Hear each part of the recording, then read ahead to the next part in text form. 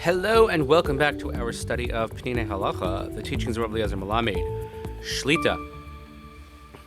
So we're back after a brief break. I had the opportunity to be in Eretz Yisrael over the past weekend, and it's always great to be able to be in Israel, to be with family, and to pay respects to those that keep us safe and that protect us, and just to recharge and reinvigorate the spiritual batteries, as it were.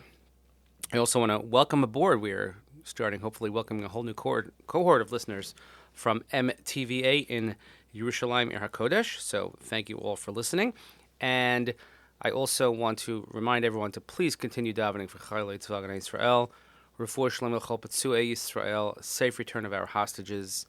And we learn in memory, Le'ilui Nishmas, Daniel Shemen Arav Durim Vasheli, Hashem Yakum Damo.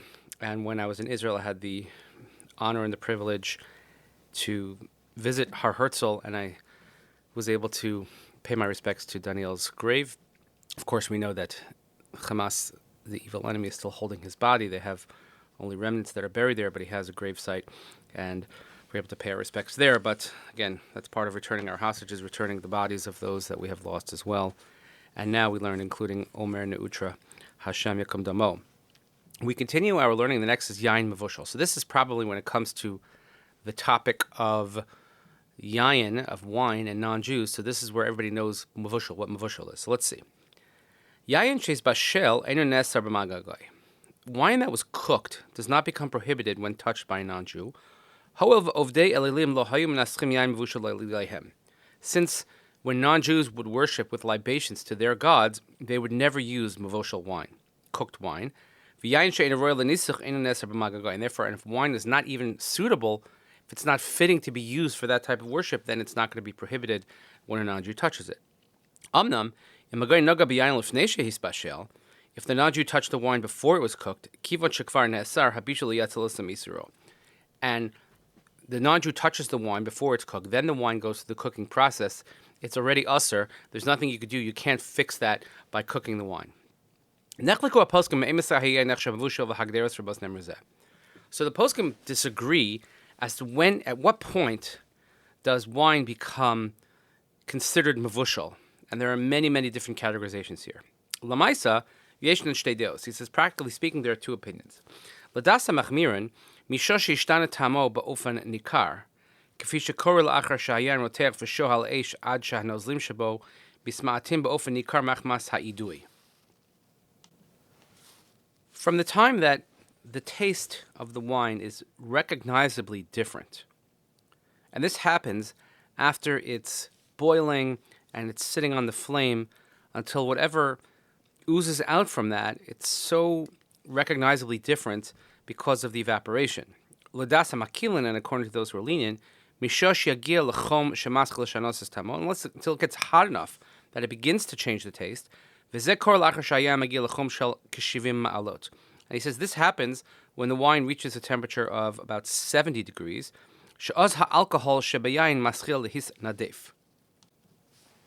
Because we know that at that point the alcohol that's in the wine begins to evaporate. And since this is only rabbinic prohibition to begin with, so we'll take the lenient approach.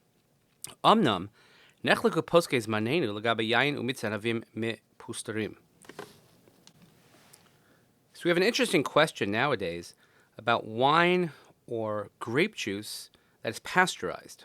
So they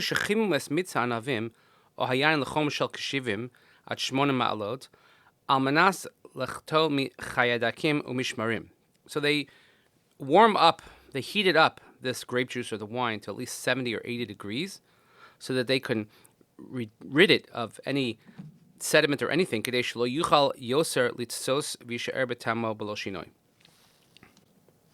And this is so that it can no longer ferment and stay with its flavor without any change. Some say that we're strict in this. They're machmir because it doesn't actually change the taste. And even though the alcohol content does begin to evaporate, since, however, in the pasteurization process, it's enclosed utensils. Alcohol chozer liyayin, the alcohol returns to its wine state. Umemela tama ein mishtana, and it comes out that the taste is not changed. And we should also consider the stringent approach.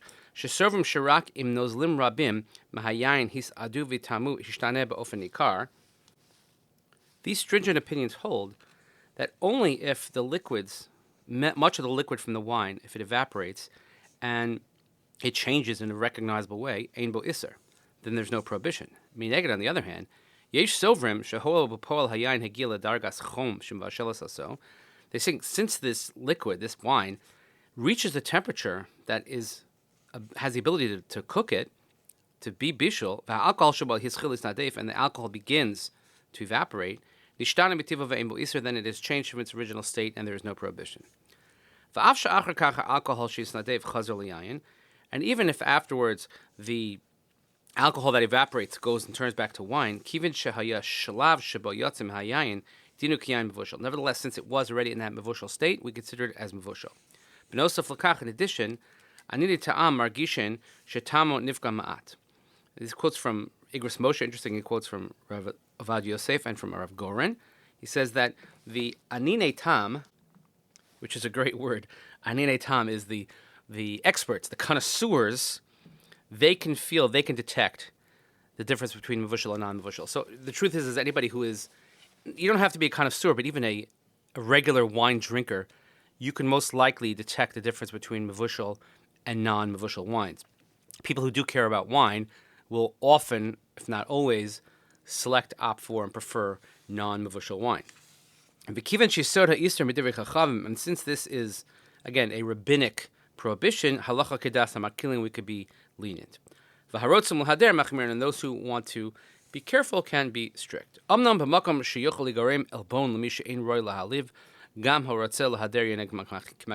if somebody wants to be stringent in this matter, we should never come to the point where you're going to embarrass someone or to put someone in an uncomfortable position. There's a very, very long note here, again, particularly about grape juice. So, for instance, in our country here, so we have, let's say, your typical Kedem grape juice.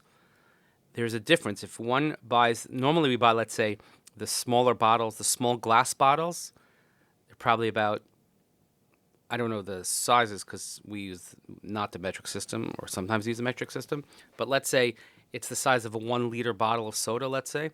Those glass bottles or the big plastic bottles, those grape juice bottles are considered mevushal. But if you use the large glass bottles, the huge glass bottles with the thin neck, if you look carefully, those are actually not mevushal.